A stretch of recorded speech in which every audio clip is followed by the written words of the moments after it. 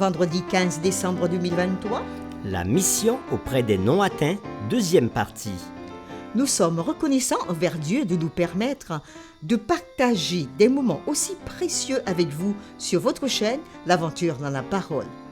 Une semaine s'achève à nouveau et nous prions que Dieu bénisse l'influence de sa parole sur nos cœurs afin que ce que nous avons encore appris cette semaine reste gravé dans notre cœur. Et si les contenus que nous vous proposons vous font du bien parce qu'ils nous font du bien à nous, nous vous invitons à participer avec nous en likant, en vous abonnant si ce n'est pas encore fait, laissez-nous un commentaire et surtout partagez le lien avec tous vos contacts. Le texte à mémoriser de cette semaine, que nous vous invitons à dire avec nous, se trouve dans Matthieu chapitre 15, le verset 28. Alors Jésus lui dit, « Femme, ta foi est grande, qu'il te soit fait comme tu veux. » Et à l'heure même, sa fille fut guérie. Nous vous invitons à le redire une dernière fois avec nous. Matthieu chapitre 15, le verset 28. Alors Jésus lui dit, « Femme, ta foi est grande, qu'il te soit fait comme tu veux. » Et à l'heure même, sa fille fut guérie. Quelles sont les interactions de Jésus avec les étrangers? Quels sont les préjugés qui peuvent nous empêcher de voir les besoins des peuples, des nations, des races? Porter l'amour de Dieu au monde. Comment les hommes croiront-ils ce qu'ils n'ont pas connu? Comment les nations de la terre serviront-elles Jésus? Toi, lève-toi et va au nom du Christ. Les réflexions de cette semaine nous ont aidés à répondre à ces questions. Et nous avons commencé à le faire le samedi 9 décembre en introduisant la série de cette semaine, la mission auprès des non-atteints, deuxième partie. Et le dimanche 10 décembre, la mission dans les régions au-delà. Le lundi 11 décembre, à la recherche des multitudes. Le mardi 12 décembre, à Tyr et à Sidon. Mercredi 13 décembre, renvoie là. Jeudi 14 décembre, la foi sur la terre. Et aujourd'hui, alors que nous sommes le vendredi 15 décembre, nous poursuivons avec des réflexions avancées. Bien que l'évangile selon Matthieu ait été écrit spécifiquement pour un public juif, la présence de gentils près de Jésus est un thème récurrent dans son récit, parfois en contraste avec la dévotion des Israélites. Par exemple, alors que les mages ou encore astrologues perses, firent un long chemin pour honorer le vrai roi d'Israël, les principaux sacrificateurs et les scribes, donc les sages d'Hérode, ne firent aucun effort pour le faire. De même, la foi d'un centurion romain est louée par Jésus comme étant plus grande que celle des Israélites. On peut le voir dans Matthieu chapitre 8, le verset 10.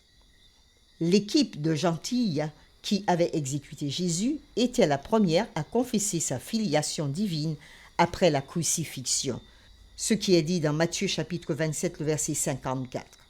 De cette manière distinctive, Matthieu souligne 3 choses. Le premier, le plan de rédemption de Dieu a toujours inclus toutes les nations de la terre. Le deuxième, les gentils ne sont pas insensibles à l'œuvre du Saint-Esprit. Et le troisième point, la mise de côté des préjugés ethniques, culturels et religieux pour aimer et servir les autres, comme l'avait fait Christ, est une condition préalable à un ministère interculturel efficace. Ainsi, en plus d'être un appel à la mission mondiale, l'évangile de Matthieu est aussi un message de réconciliation ethnique en Christ. Les autres auteurs des évangiles soulignent également les interactions notables de Jésus avec les gentils. Il avait étendu sa mission à la région païenne des Gadaréniens, dans Marc chapitre 5, verset 1er. Il avait guéri le serviteur d'un centenier romain dans Luc chapitre 7, les versets 1 à 10. Et il avait exercé son ministère dans une ville samaritaine, dans Jean chapitre 4. Les interactions de Jésus avec les étrangers révèlent que le royaume de Dieu est pour toutes les nations, juifs et gentils. Jésus avait démontré de manière pratique que Dieu s'est toujours préoccupé du fait d'étendre son amour et son pardon à toutes les nations. voici 2 citations de l'auteur Ellen G. White dans Jésus-Christ à la page 25. Parmi ceux que les Juifs considéraient comme des païens, il s'en trouvait qui comprenaient mieux que les docteurs d'Israël les prophéties de l'Écriture relatives au Messie. Ils attendaient celui-ci pour être délivrés du péché. Des philosophes s'efforçaient de sonder le mystère de l'économie hébraïque, mais l'étroitesse d'esprit des Juifs empêchait la lumière de se répandre. Dans The Advent Review and Sabbath Herald, il est dit « Le Seigneur Jésus, le puissant Sauveur, est mort pour ses âmes. Il peut les éveiller de leur indifférence, éveiller leur sympathie, adoucir leur cœur et révéler à leur âme la beauté et la puissance de la vérité. Le maître ouvrier est Dieu et non l'homme mortel. Toutefois, il appelle les hommes à être des agents par lesquels il peut faire connaître la lumière à ceux qui sont dans les ténèbres. Dieu a des joyaux dans toutes les églises, et ce n'est pas à nous de dénoncer abusivement les autres religions dans le monde, mais dans l'humilité et l'amour, nous devons présenter à tous la vérité telle qu'elle est en Jésus-Christ. Que les hommes voient la piété et la dévotion, qu'ils voient leur caractère semblable à Christ, et ils seront attirés par la vérité. Ils doivent élever Jésus, le Rédempteur du monde. Ils doivent porter la parole de vie. » Fin de citation. Pour terminer, voici quelques questions sur lesquelles nous vous invitons à réfléchir avec votre famille ou encore avec votre communauté de foi. Quels sont certains des besoins immédiats des régions où vous vivez, pouvant vous donner à vous et à votre Église l'occasion de témoigner aux âmes qui ne connaissent pas la vérité que nous connaissons? Deuxième point, considérons les paroles de l'auteur Ellen G. White qui dit « Dieu a des joyaux dans toutes les églises, et ce n'est pas à nous de dénoncer abusivement les autres religions dans le monde. » En d'autres termes, comment pouvons-nous montrer au monde l'erreur de leurs pratiques sans toutefois les dénigrer personnellement? Et troisième question, mais quand le Fils de l'homme viendra, trouvera-t-il la foi sur la terre?